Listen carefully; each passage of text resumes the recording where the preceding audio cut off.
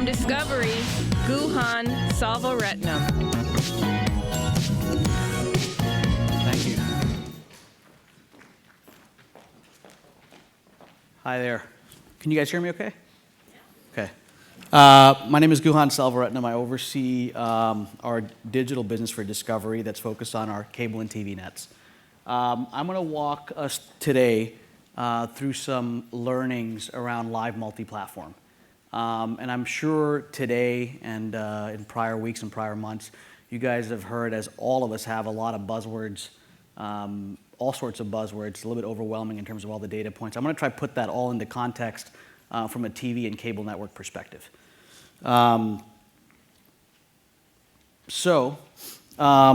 Discovery's been walking the walk on live multi-platform for a while. And I think that it's been apparent everything from standalone live experiences to live multi-platform experiences that tie to our shows, to global events. And we'll talk a little bit about that. But as you can see here, Shark Week, Shark Cam, we started this off pretty early. It was the first 360 view of sharks, 24 hours a day. And we did, obviously, to tie into Frozen Planet, the Penguin Cam, which was a big hit tied to our Frozen Planet series. And then, as you guys might have heard, and we'll talk about it a little bit more recently, Animal Planet Live, that started with our Kitten Cam. And these are examples of standalone live, and they are multi-platform because a lot of these cams actually make their way onto our linear experiences. So this is an example, is what you look at here. They feed off of our linear programming. These are experiences that we create for a digital platform. They make their way back into our linear programming, and they go back and forth. But these are just examples of what we define as live multi-platform. We've been doing on-air social integration for a long time now. I think our first one was for An Idiot Abroad for the Science Channel. We have upped our hours in terms of the number of hours of on-air social integration, live on-air social integration, from 25 hours last year to 100 hours this year. And a part of the reason we do it is when we do these live on-air social integrations, we see up to a 9-time increase in social activity tied to those live shows. And then with our repeats, we see the value continue to pay dividends in terms of a 3 times increase in terms of the number of people that DVR those shows, and up to a 30% increase in terms of our repeat ratings. So we've been in this space for a while, probably a little less likely to toot our horn, but we've been doing this for a bit. So what I wanted to explain here, because what I don't want to do is use this precious time just to talk about all the great things that we're doing. I wanted to put some of this in context and why it matters to us as a network. And you just have to bear with me, this is a little bit heady, but I think it's important to set the stage here. There are really 3 drivers of ratings. There is live viewing, appointment viewing is what we call it. There's time-shifted viewing, which is when people decide when they're going to watch something on their own time. And then there's what we call serendipitous viewing. Serendipitous viewing is you sit on your couch in the living room, you're not sure what you want to watch, you sort of flip through your regular go-to channels. That's serendipitous viewing. And so again, let me lay this out. There's appointment, time-shifted, and serendipitous. Time-shifted viewing is, we're seeing this as a clear trend. It's not news to any of you, but people are clearly defining their own prime time. We're seeing VOD consumption as an industry over the past year alone, and I'm defining VOD as time-shifted viewing, an increase of 60% more people, 40% more hours, 30% more content. I mean, those are staggering statistics. And if you just absorb that information, think about your own behavior. When you sit in front of your big screen in the evenings, in your living room, you're kind of programming your own prime time, right? The serendipitous viewing is also very important. And I think increasingly we are seeing through social platforms and social communities a substitute for these archaic EPGs that are tied to your cable box, right? You don't know what you want to watch. You sit down, you monitor your either on Facebook or Twitter or wherever it may be, and you figure out what people are talking about, and that helps you decide what you want to watch. Okay? If you take that overarching framework and these overarching trends, and you take a look at these statistics, I mean, you can see why networks like ourselves are paying a lot of close attention and aggressively pursuing a live multi-platform. Roughly 40% of people with a connected device are looking up information about that show while they're watching that show. Roughly 50% of people are on a social platform while they're watching their show.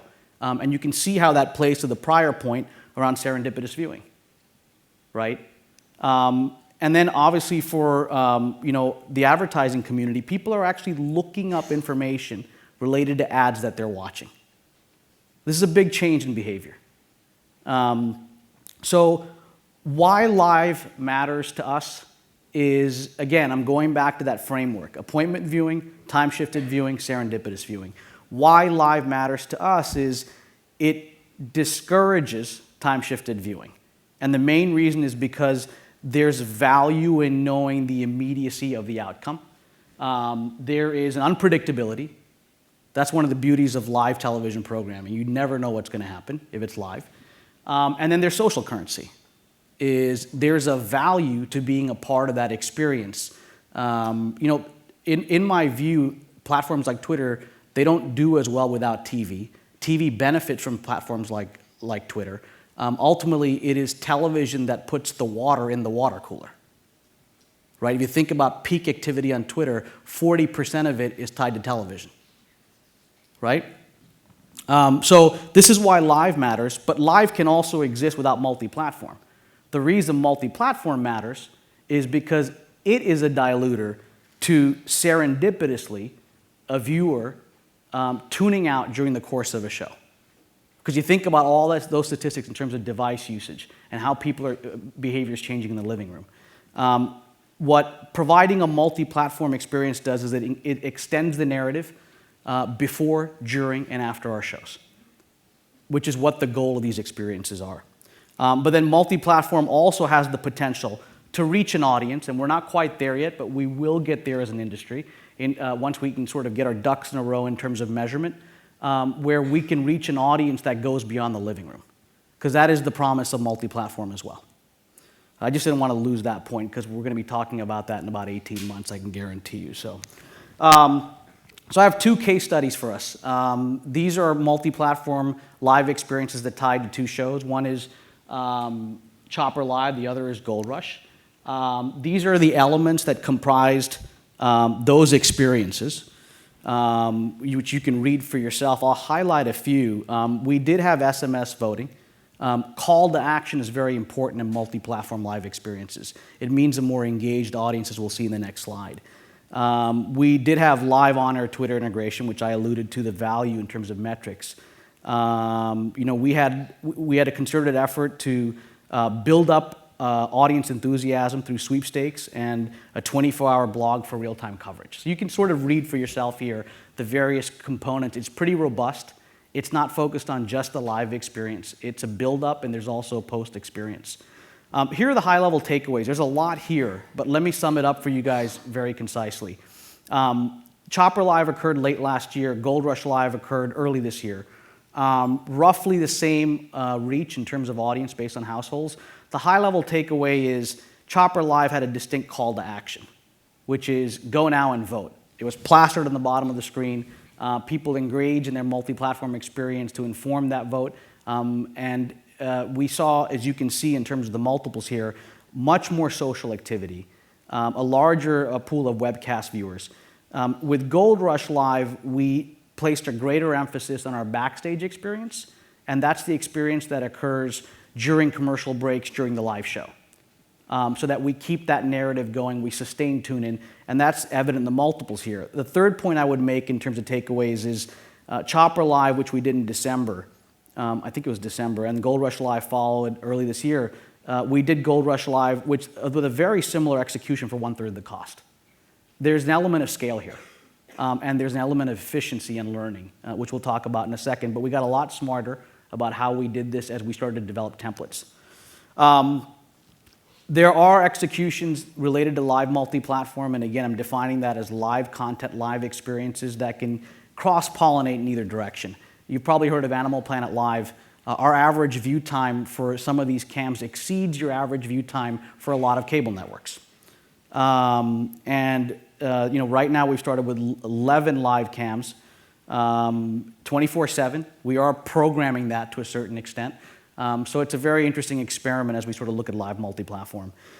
This is another example of what's coming up. June 23rd, Nik Wallenda will be walking the Grand Canyon untethered to a rope. This will be available in 140 countries. We'll be having a live multi-platform experience, multiple camera angles. There will be a build-up to the event. It's going to be a huge, huge live experience, global experience. So here are the key learnings to date, and just in the interest of time, I'm going to go through this pretty quick. Less is more. In terms of those multi-platform experiences, keep it simple. And that's what we're learning. We found that by having users actually have to scroll up and scroll down while they're watching a TV, at the end of the day, we're all human. There's only so much information you can take in, so much input you can take in. It has to be complementary, which I just said, so there you go. Calls to action make a big difference. They really do. And I was talking to some of the Twitter guys about this. Calls to action, like in terms of cross-platform pollination, like go check out discovery.com, that doesn't work. Right? It's got to be an explicit call to action. Ideally, the viewer or user can impact the outcome in real time of what they're watching. That's the ideal setup.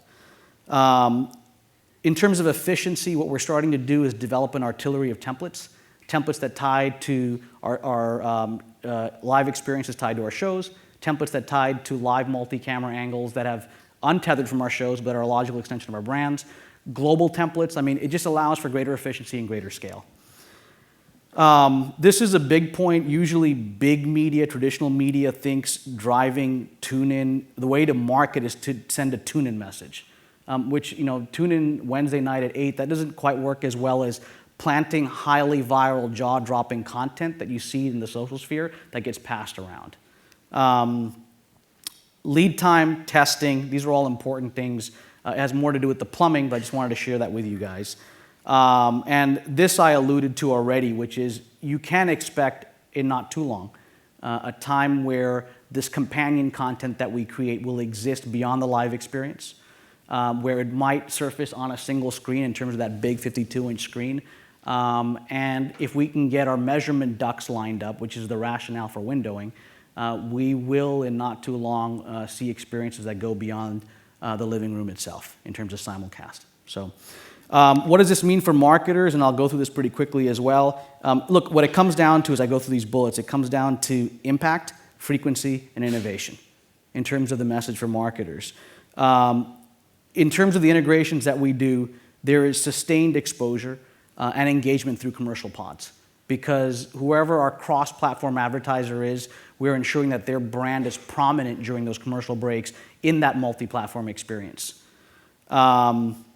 It increases the value of the TV spots, obviously, in terms of having multiple touch points, to my point about frequency.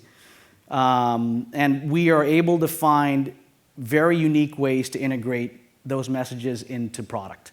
And that means whether it's tied to the SMS vote in terms of thank you for voting, whether it be tied to the actual set of the backstage experience.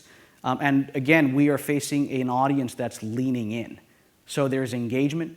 There are some innovative ways we are looking to address the scale question that's come up, which we'll probably cover in the Q&A. But this is of enormous value in my view. These are actionable. That's the big difference also, right? To that data point, around 27% of people are looking up information in terms of around advertiser information. The fact that you can actually act on it and go deeper, that's huge, right? And there's an opportunity here for us to have very unique creatives, and that ties to the innovative ad solutions point where we can take live streams, embed them into the creatives of our clients, and make that a part of the media buy. All it does is bring more exposure to a branded, high impact, high engagement experience. And that's it in a nutshell. Thank you. Joining Guhan, Phil Holliday, and Leslie Williams.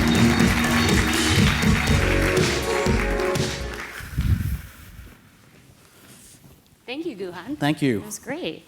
So I have a question for you. You showed us a lot of great examples in terms of Chopper Live and Gold Rush and programs that you've chosen to do these multi-platform extensions for. Is this right for every program on the network? Is there filters that you should put in place to determine which shows you do these extensions for? Right. Look, I think we're still in a process of experimenting. There are really two criteria, I think, that we would apply. Number one is the content, right? Do we actually have something valuable to offer in terms of a complementary experience, right? Whether it be insights from executive producers, whether it be access to talent during the, is there something we can actually offer as opposed to just doing it for the sake of doing it? I think that is a primary filter that we do use. The other thing that we weigh as well is the audience. Is it a very active and engaged fan base around a show? Yeah. Is the audience, from a demographic and psychographic standpoint, what does that audience look like? Are they more likely to be engaged in second screen related experiences or single screen live social on-air integration? So those are the types of things that we do look at. Obviously, global events are a no-brainer. Wallenda's coming up June 23rd. That's something that's going to have a lot of horsepower behind it, and that's a no-brainer for this type of an experience. Right. So I have a question on that. So I'm assuming you're probably going to partner with a brand for this to do Yes. the multi-platform. So the question, what if something happens? So do you guys have kind of contingency plans for the brands that you're working with for that? Well, we've talked to Nik about this. He is of the view, and we are obviously behind this view, and so is our advertising partner, that the risk of something happening is far greater when someone goes out and goes for a drive or walks out of their door. This is Nik's view than it is for him to walk the Not walk yours, the wire. right? It's my view as well. I firmly stand behind my company and Nik. So. Great. So another thing, this past week, it was mentioned that both TLC and Discovery are going to launch your Plus version. So you talk a little bit about how what that's going to be like in terms of being able to sync up with the live programming on both those networks, and then how is that really a game changer for Discovery? So the vision of Plus is our, at least as it's currently envisioned, it's an always-on offering, and what that means is for Discovery, TLC, and in Time Animal Planet, during our primetime slots, we will have an always-on synchronous viewing experience.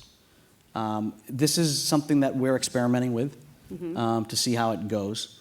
I think that's something that we are able to do better than anyone else as we own our content, is that we can provide, there's sort of two ways to think about second screen in my view. Purpose number one is navigation and discovery, and that value proposition is a horizontal value proposition across shows, across networks, where if you want to get a sense of what could I be watching now, then that's kind of the role, in my view, of the likes of, Jason will come talk about Z-Box and Vigil and those guys. I think where we cannot be competed with is in terms of providing a content experience around our shows that offers exclusive content, insight, perspectives that only we can provide, because we're obviously upstream on that process. So are you seeing, since Z-Box is up next, are you seeing them more as not necessarily, are they a competitor or a complement in terms of just bringing more people to that multi-screen experience? I think it's a complement. I don't view it as, look, I think what they would compete against, in my view, like I said, I think it's hard to compete with us from a content perspective, because obviously there's a lot of stuff. Look, here's the way you think about companion content, right? There's third-party content in terms of IMDb, Google Images. There's proprietary content, exclusive content that we have. You can also think about curating social, right? There's e-commerce elements. There's a limit, right, as to how much you have. Now, of all the players out there, any owner of content is going to have, it's going to be hard to compete with in terms of the quality of the content that we can provide. So I think what Z-Box and Vigil and those guys are doing is great. I think it strengthens the ecosystem, and ultimately, the networks that have the strongest content, strongest programming prevail. So it just makes it more of a meritocracy. Great. So I want to let you know, too, since you've been up here trending, we see kittens all over Twitter now. Oh, so right, great. Okay. All right, well, thank you very much. I really appreciate it. Thank you so much. Thank you.